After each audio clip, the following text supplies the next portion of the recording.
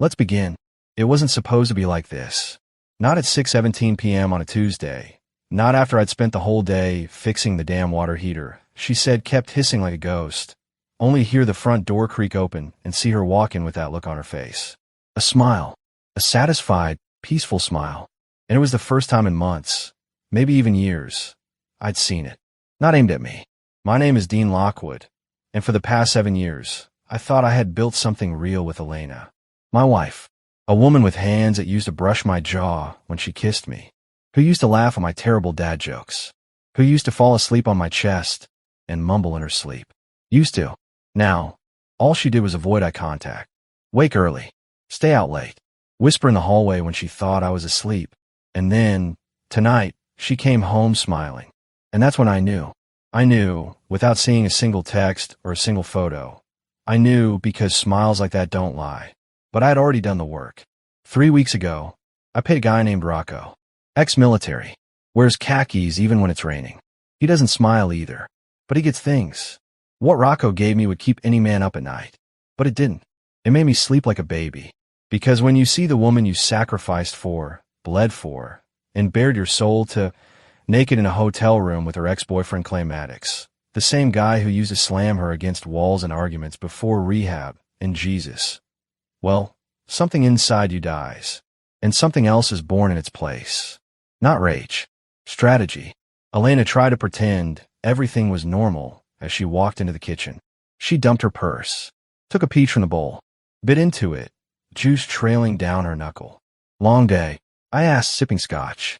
She flinched, barely, but I caught it. That was her tell. Just a flicker of guilt under the chin. Yeah, she replied. Tiring. Just traffic. You smell like vanilla and sweat, I said without smiling. That Clay's cologne or yours? She froze mid-bite. The peach slipped from her hand, bounced off the counter, and landed on the tile. Juice puddled. Dina, don't, I said softly. Don't insult both of us. Her mouth opened, but the silence stretched. I could hear the old wall clock ticking like a heartbeat behind her. She finally sat down. I was going to tell you, she whispered. I doubt that. No, I swear. I wasn't going to lie about it. You were just going to what? I said, my tone staying calm. Have a few warm memories with your ex. Let Clay Maddox remind you how to feel something. Then come back here and crawl into bed with me. She wiped a tear that hadn't even fallen yet. You've been distant for months. I've been working for months. For us. No. For your company. For your pride. You don't even see me anymore. I stared at her for a long moment. I do now. She had the audacity to ask. Are you going to scream? Throw something? No. I replied. I'm going to give you exactly what you want. Her brow furrowed. You want to be with him? Go. But we're making it official. Separation. No support. No obligations. You'll be on your own for 45 days. And in return, I'll be on my own too. You'd really just abandon me? You already left, I said. But it wasn't cheating. I hired a PI. I have pictures. Video. Hotel receipts. It was cheating. And then her daughter walked in. Melody. 17, maybe. Just old enough to hate the world and believe she knows everything. But I'd seen the text messages between her and Clay too. She'd been arranging their meetings. Encouraging Elena. Whispering poison into her mother's ear. Melody crossed her arms. My dad makes mom happy. You don't. I raise my scotch. To your matchmaking skills. You've broken up a marriage. She deserves better than you. No doubt. But now she'll have to live with better. Clay better not raise a hand again. Melody flinched at that. So did Elena. Because deep down they both knew what he was. But it didn't matter. The damage was done.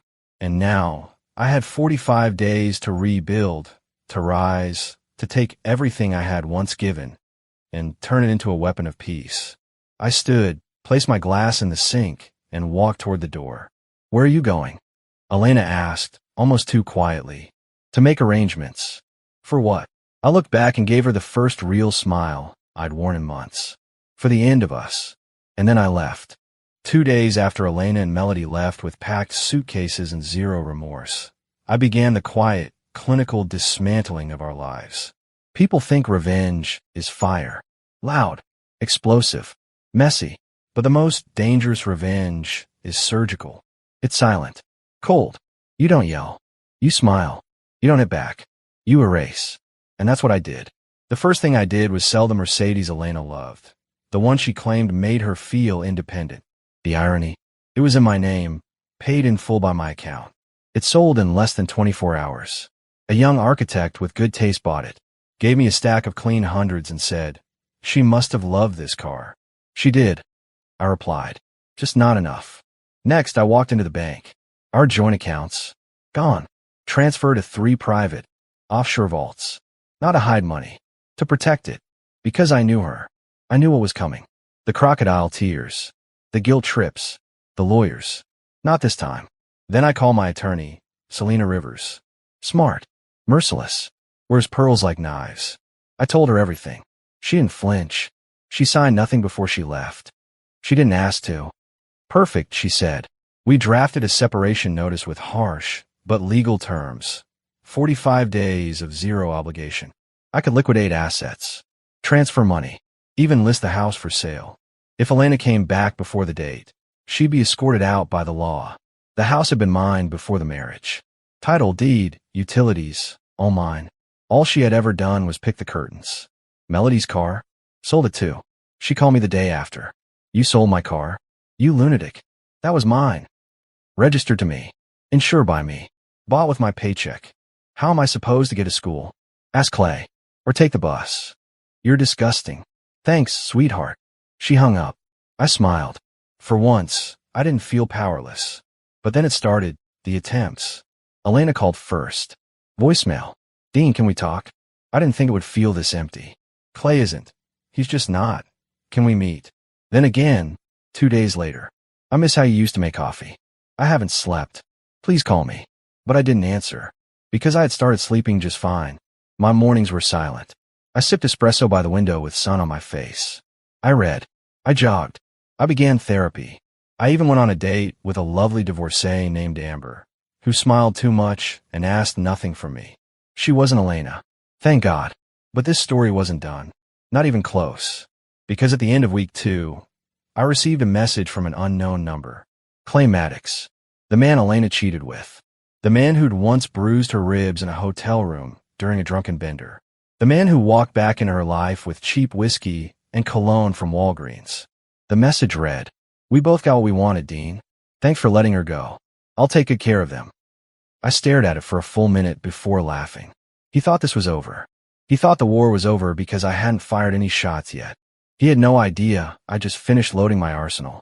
Because I didn't just want to escape. I wanted them to feel everything I felt.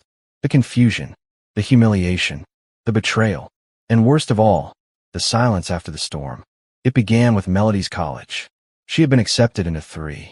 Elena had planned to split the tuition with me, except I'd already pulled every dime from the fund. And I made sure the financial aid office was notified of the change in assets, so any scholarships they applied for, canceled. Fraudulent information. 2 days later, Melody left a voicemail that was more sob than speech. "Dean, please. I know I messed up. I was stupid. But don't take this from me. I need to go to school. I'll do anything. Just talk to me." I didn't. Then came Elena's texts. Clay left. He said it was too much drama. He broke a mirror last night. I cut my hand picking up the glass. He screamed at Melody for not doing the dishes. She hasn't spoken in 2 days. "Please, Dean, just let me come home. Just to talk. I'm scared." That one hit differently. But I reminded myself. She chose him. With her eyes wide open. And her daughter helped. I wrote back a single line. "You made your choice. I'm living mine." The court hearing was scheduled for a Thursday. A poetic day to dismantle a lie. Elena walked in late, wearing the same burgundy blazer I'd once bought her for our anniversary. Her hair was disheveled. Her eyes sunken. No wedding ring. But she still tried to hold her chin high like she wasn't walking into the end of her illusions. Melody sat behind her. No makeup. No phone in hand. Just a sullen teenager staring at the man she used to mock. Her father, Clay, nowhere to be found. A coward's absence. I sat beside my attorney, Selena Rivers, in a tailored navy suit and tie. Calm. Prepared. With a thick binder of evidence. Surveillance shots. Bank records. Voice messages. Dates. Times. Lies. The judge, an old man with silver eyebrows that looked permanently disappointed, glanced over the paperwork, adjusted his glasses, and said, "Adultery." Documented. Financial manipulation. Gaslighting. He looked at Elena. Ma'am, do you understand the gravity of what you signed? The separation gave your husband full legal control over shared assets during that period. Elena opened her mouth. I was confused. I didn't realize what it meant. Selena leaned forward, sweet as poison. Your Honor, the defendant has a college education, correct? Bachelor's degree in behavioral science. Yes, Elena whispered. Then let the record show she was not legally nor intellectually incapable of understanding the agreement. She simply didn't care to read it. The judge sighed and nodded. Agreed. The court rules in favor of Mr. Lockwood. Full dissolution of marriage, with no alimony. All assets retained. Custody not applicable. Ms. Maddox forfeits all claim to the house, vehicles, and bank accounts. Elena's mouth fell open. Wait, but the money, Dean, what about Melody? Her future? You can't just. I can, I said, standing. And I did. But Clay, he left us, Dean. He used me.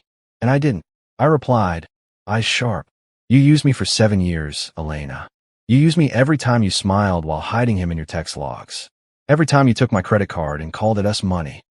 Every time you let your daughter spit in my face under the roof I paid for.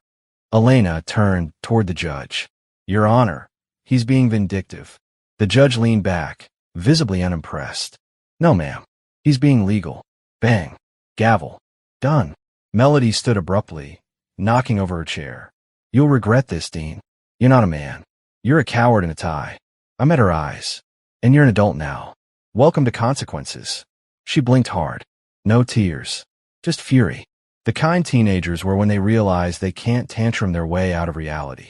3 days later, I received a letter. From Clay Maddox. Handwritten. Sloppy ink. Reeking of spilled vodka. She came crawling back. Said you destroyed her. She sobbed for 2 hours about what she lost. Told me she loved me. But the truth? She doesn't love anyone. Not me. Not you. Just herself. You were lucky, Dean. You got out. Me? I'm back in the pit. She's sleeping on my couch. Melody's locked in her room. I'm drinking again. And somehow it all still feels like your fault. I burned the letter. Because nothing he could say would matter now. But what did matter was what came next. See, revenge isn't complete until it echoes. And I still had one card left to play.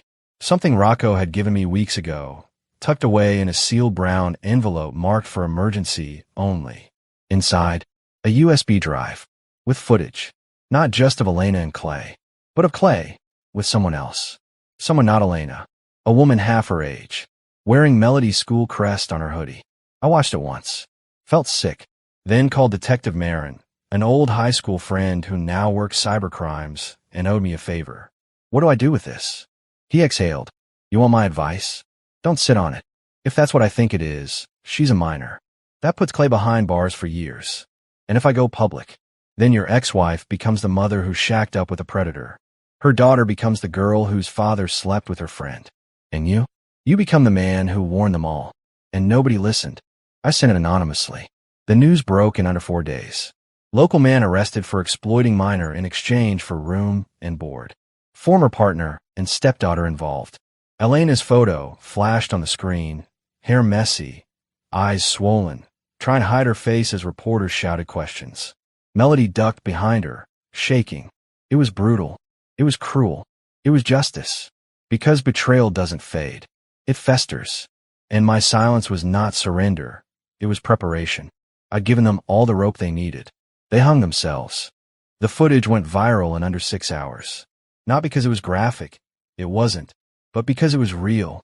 Grainy hotel hallway cameras. Date stamps. Clear faces. Clay Maddox with a girl in a high school cheer hoodie. The same girl later seen in selfies with Melody. Arm in arm. All smiles. The local news ate it up. Community rocked by shocking exploitation allegations against former convict. Mother's silence under scrutiny in wake of scandal. Stepfather's revenge? Or just cold justice? The headlines wrote themselves. People speculated, pieced the story together, dug through Elena's old social media. And then the public turned on her. Brutally. She was painted as the woman who abandoned a good man for an abuser and dragged her teenage daughter into hell with her. She hadn't reported Clay's actions. had even lived with him after the incident allegedly began. Melody's friends vanished overnight. College? Out of the question. No scholarships. No references. No reputation. Elena was summoned for questioning. Her statement was damning in its naivete. I didn't know. I thought she was just a friend. I didn't realize. But the public didn't buy it. Neither did the DA. The house she shared with Clay? Eviction notice. She was photographed days later outside a run-down motel, screaming at reporters, hair tangled, mascara streaking down her face. Melody, slouched beside her, refused to meet the camera's gaze. And me? I was in Prague, wearing linen and sipping wine on a balcony. The weight that had crushed my chest for years had lifted, but the story wasn't over. Not yet, because betrayal has an aftershock. On the 31st night since the court ruling, I got a knock on the door of my hotel suite. It was late, too late for room service. I opened it cautiously, and froze. Melody. Alone. No suitcase. Just a duffel bag. Tear-streaked cheeks. A split lip. Hair tucked under a hoodie. I didn't know where else to go, she whispered. I didn't move. I swear I didn't know, she repeated. Not about my friend. Not what my dad was doing. I just thought he loved her. That he was better now. I stepped back. You said I'd regret this, I said. I do, she whispered. Every word. Every glare. Every time I made fun of you. I miss you, Dean. You miss the man who paid for your car? Or the man who gave you structure? I miss the only father I ever had. She choked. The words hit harder than they should have. She stepped in, slowly, like she was afraid I'd push her out. I left her, Melody said. Mom, I can't. She's unraveling. She drinks now. She screams in her sleep. She blames everyone but herself. I couldn't stay. I closed the door behind her. Slowly. Silently. She dropped her bag and stood still. You want to stay here? For now, she nodded. Not forever. I need a reset. A clean space. I'll work. I'll pay rent. I watched her closely. Why me? Her voice broke. Because you're the only one who didn't lie. Melody stayed on the couch. She didn't ask for anything. Just helped clean. Kept her head down. Watched old movies I used to love. She even cooked once. Burned the rice. Cursed under her breath. And I realized something I hadn't before. Melody wasn't evil. She was raised in chaos. And for years, I'd been the only constant she'd ever had. 3 nights later, I found her on the balcony, wrapped in a hotel blanket, staring at the moon. He hit her, she whispered, before I left. Clay. Closed fist. She told him she wanted out.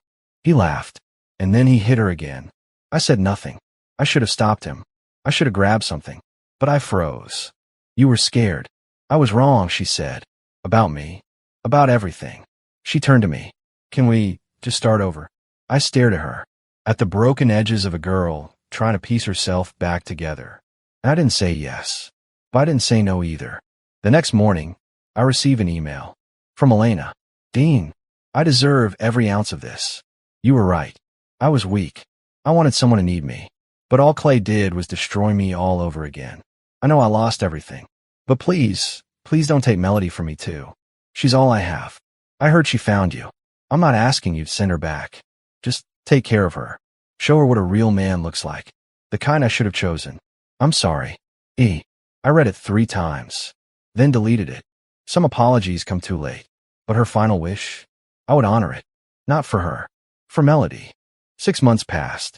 6 months since the gavel dropped. Since Elena's world collapsed. Since Melody showed up at my hotel room door, shaking like a leaf but asking for a second chance at life. And life moved on. Not all at once. Not smoothly. But forward. Melody found work at a small cafe near the river. The owner liked her grit. She rented her own flat in the same building as mine. A small studio with cracked tiles and a view of an alley. But it was hers. Paid for with her own hands. We didn't talk much about the past. Not about Clay. Not about Elena. Only once, on a rainy night when the power flickered and thunder rolled over Prague's old rooftops, she turned to me and said, "You're the only one who didn't give up on me, even when I deserved it." I looked at her. "You did deserve it," I replied. "But that doesn't mean you couldn't come back from it." She smiled. It was small. Sad, but real. And then, one morning it happened. The final call. Elena. Blocked number. I only answered because I thought it might be Melody's new landlord. "Dean, Her voice was paper thin. Hello, Elena. I have cancer. I said nothing. It's stage 3. Doctor said it was stress-induced. Years of bad choices, poor diet, drinking, trauma. I guess it all caught up. Still, I didn't speak. She continued. They gave me a year. Maybe less. I just needed to tell someone. You told me. I said flatly. I don't want sympathy, she rushed. I want you to know you were the best thing that ever happened to me. And I ruined it. I let my ghost call the shots. Clay was never safe. I just thought I could fix what broke me by going back. You broke me too, I said. I know. A pause. Wind whistling through some cracked window on her end. Melody won't answer my calls. She hates me now. I get it. But if she comes to see me before I go, will you let her? She's not mine to let, I said. She's not a child anymore. She listens to you, Elena whispered.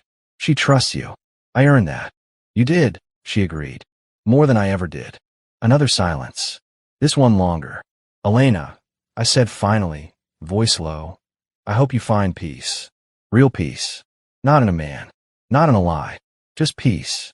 She broke into soft sobs. I'm scared, Dean. I was too, I replied, when you left.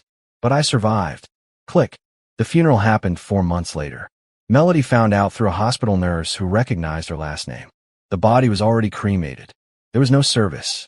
Just a plain wooden box sent to the county cemetery for unclaimed remains. Melody stood at the gate, staring through the bars like she expected a ghost to appear. She never said goodbye, she murmured. She did, I replied, in her own way. I hated her, Melody whispered. She hurt you, and I still loved her. You were allowed to. She turned, eyes full of something I hadn't seen in her in years. Peace. Can we leave now? We can.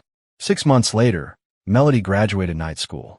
The ceremony was small, held in a repurposed library with folding chairs and homemade cookies.